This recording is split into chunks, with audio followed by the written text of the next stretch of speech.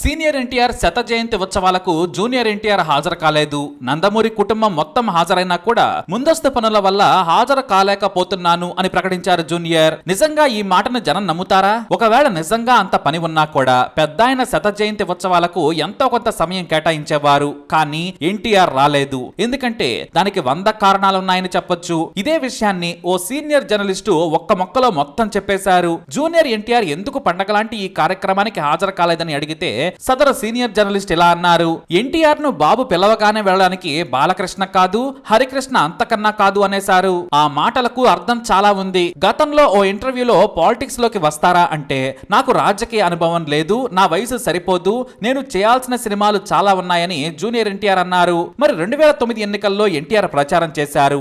అది కూడా vehicles top టూర్లు చేస్తూ ప్రచారం హోరెత్తించారు. చంద్రబాబును గెలిపించాలని ఊరూరా ప్రచారం చేశారు. జనం కూడా తండోపతండాలుగా వచ్చారు. ఆ జనాలను చూసి టీడీపీ గెలిచిందనుకున్నారు. కానీ అక్కడ కాంగ్రెస్ గెలిచింది. మరి 10 ఏళ్ల తర్వాత కూడా రాజకీయ అనుభవం రాలేదా అంటే వచ్చింది.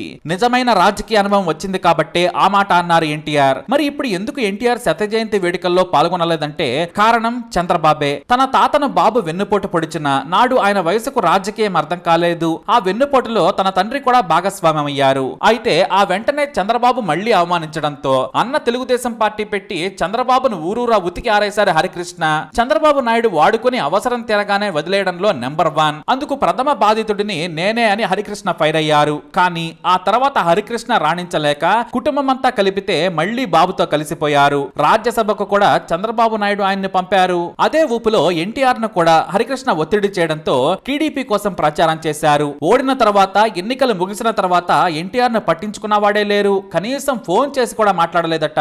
అది పక్కకు పెడితే హరికృష్ణను కూడా లెక్క చేయలేదు. 1-2 సందర్భాలలో తనకు రాజ్యసభను రెన్యువల్ చేయమంటే హరికృష్ణ గురించి చాలా చులకనగా మాట్లాడారట బాబు. అవన్నీ మనసులో పెట్టుకున్నాడు ఎన్టీఆర్. అవమానం అనే మాట ఎన్టీఆర్ లో బలంగా నాటుకుపోయింది. నందమూరి కుటుంబం మాత్రమే శత జయంతి వేడుకలు నిర్వహిస్తే ఎన్టీఆర్ ముందుండేవారు. కానీ పార్టీ పేరుతో జరుగుతుండడంతో ఎన్టీఆర్ ఎవరిని నొప్పించకుండా పక్కకు తప్పుకున్నారు. మళ్లీ తనను ఎన్నికల్లో వాడుకునే పరిస్థితి ఉండకూడదనుకున్నారు. ఎందుకంటే ఇక్కడ బాలయ్య తన కూతురుని ఇచ్చాడు కాబట్టి చంద్రబాబు ఆయనకు సర్వస్వం. కానీ హరికృష్ణ 1-3 సార్లు మోసపోయారు. మరి నాన్న మోసపోయిన చోట తాను మరోసారి మోసపోయేందుకు ఎన్టీఆర్ సిద్ధంగా లేరట. గుడ్డిగా తెలిసి తెలియని వయసులో ప్రచారం చేసి తప్పు చేశానని ఎన్టీఆర్ కి ఆ తర్వాత తెలిసొచ్చింది. అసలు అక్కడ జనం నిన్ను చూడటానికి వచ్చారు, అంతేకాని పార్టీకి ఓట్లేయడానికి కాదని ఓ దగ్గరి హితుడు ఎన్టీఆర్ కు చెప్పారట. అదెలాగంటే నువ్వు సూపర్ స్టార్, అందుకే చూడ్డానికి వచ్చారు. ఓట్లు వేయాలంటే నువ్వు రాజకీయాల్లో ఉండాలి. 4 ప్రసంగాలు దంచి వెళ్లిపోతావు. నువ్వు ఇచ్చిన హామీలను ఎవరు తీర్చాలి? జనాలు పిచ్చివారు కాదు జూనియర్ అని చెప్పారట.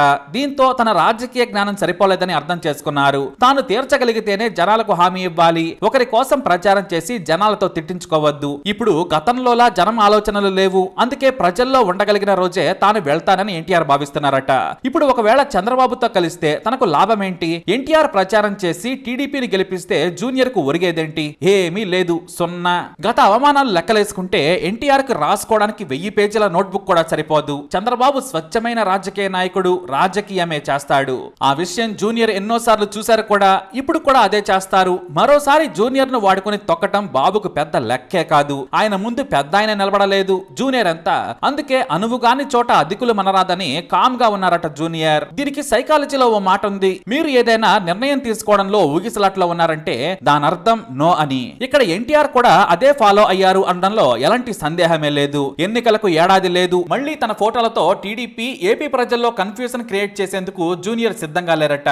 టీడీపీని భుజాల మీద మోసినా ఒరిగేదేమీ లేదు. ఒకవేళ గెలిస్తే ఆల్రెడీ చంద్రబాబు వారసుడిగా లోకేష్ తిరుగుతూనే ఉన్నాడు. మరి నాకేంటి? మళ్లీ కరివేపాకు కాకూడదని జూనియర్ అనుకుంటున్నారు. తెలియని చోట వేలు పెట్టి పరువు పోగొట్టుకోవద్దు. కోట్లాది మంది ప్రజల జీవితాలకు తీర్చలేని హామీలను తానెందుకు ఇవ్వాలనే భయంలో ఉన్న ఎన్టీఆర్ నాకు ఇప్పుడు రాజకీయాలు వద్దు, రాజకీయం లేదా పార్టీ ఉన్న చోట తాను కనిపించొద్దు అనుకుంటున్నారట.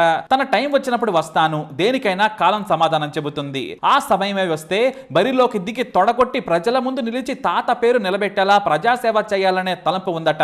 ఇప్పుడు టీడీపీలో నిర్ణయం తీసుకునే స్థితిలో ఎన్టీఆర్ లేడు. ఇంకా చెప్పాలంటే నందమూరి కుటుంబంలో కలిసిపోలేదు. ఇక్కడే మీకు విషయం చెప్పాలి. ఇప్పుడు రాజకీయ కారణం వదిలేద్దాం. నందమూరి కుటుంబం మొత్తం ఎన్టీఆర్ శత జయంతి ఉత్సవాలకు హాజరవుతుంది అన్నంలో సందేహం లేదు. కానీ ఒక్కసారి కొన్ని నెలల క్రితం బాలయ్యతో పాటు మొత్తం ఫ్యామిలీ ఎన్టీఆర్ కు ఘోర అవమానం చేసిందట.